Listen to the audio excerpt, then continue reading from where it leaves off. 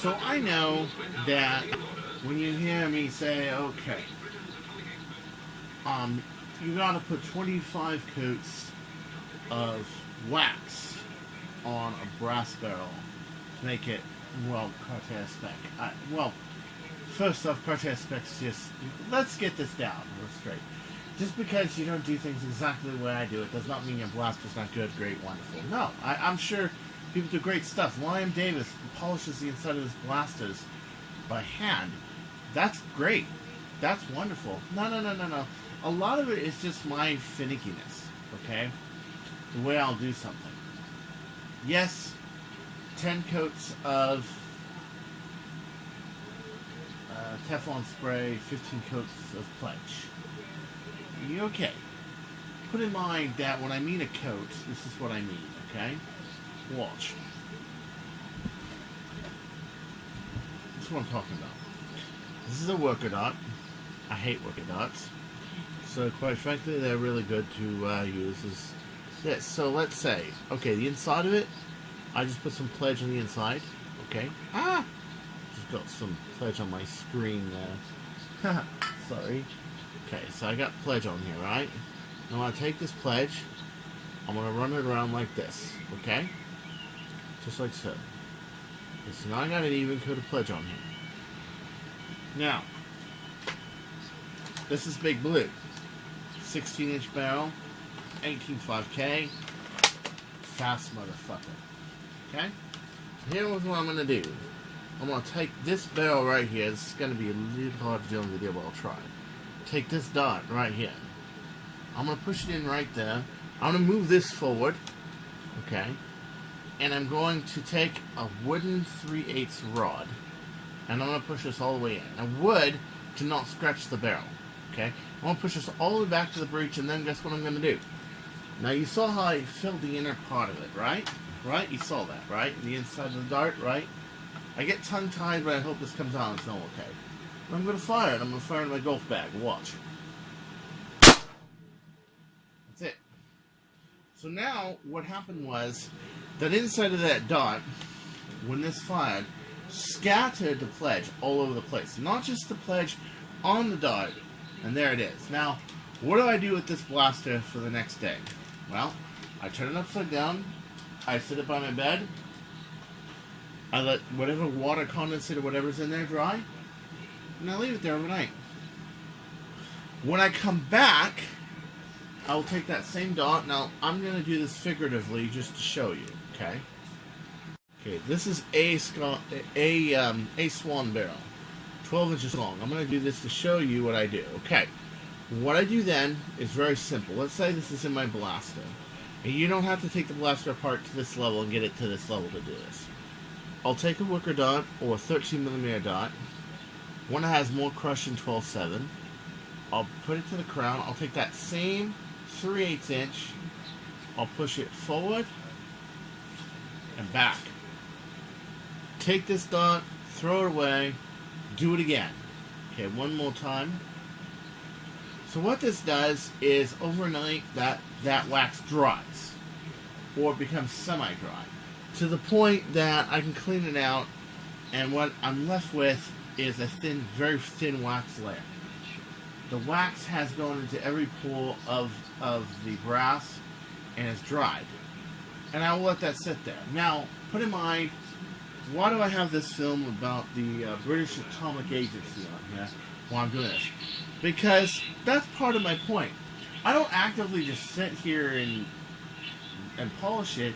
What I do is, okay, I'll sit here and watch a film about the British Atomic Age, and I'll grab that bird of prey up there. I'll take that barrel off of there and I'll do exactly what I just did. Fire it once, let it sit there overnight. The next day, I'll do it. Okay? I'll do the same thing to the Chronomag. I'll do the same thing to the Omega. You see what I'm saying? It's one of those passive things I do. It's not that hard of work. Once you get your base layers of wax on there, you just basically reapply wax. And usually, between wars, I usually need to do that like once or twice. Depends on the barrel condition, but usually once. And usually you're gaining more wax layers than you are losing. And at that point, you have a more non-friction surface. Now, put in mind, okay, not that bird of prey, but the one behind it, the one I have to free fiberglass to make it look like that, because originally it did look like that, like the Type AR, when I was back there. I've owned that barrel for about 3 years, and it has wax built up from doing it this way. And it's great. It fires great. It feeds great. It feeds wonderfully. Put in mind, it's one of those gradual things you do. I get a new blaster, I do it. Okay? I can do the same for a Monkey Mon's 13mm barrel. I can do the same for a Gen Omega barrel. I can do the same for the Alpha Kit barrel. I can do the same for every barrel. My point is this. Okay, well then what do you do with your blaster for 25 layers? Well, very simple. Okay, let's say I make a new Chronomag, right? What I do is I'll play with Big Blue for a while, I'll play with Bird of Prey, and I'll slowly put in those layers of wax. Very slowly. And it builds up, and at some point those are just going to all dry out and cure, and it's going to be great, which is exactly what I did with the Chronomag. The Chronomag had a spring issue where I had to build a spring plate for it, and I had to build spring guides for it. And as you remember, it had issues feeding. Well, what happened was, in that time that I was doing that, I was also doing this every night with the barrels. Okay? And pretty soon, it's got a fair coat of wax on it. It's nothing that's that big. You just take, if you have several blasters that you war with, you just take it and slowly implement the wax layers. Look at that. That's uranium right there. You see that? This is the ghastly conditions they had to deal with back after World War II.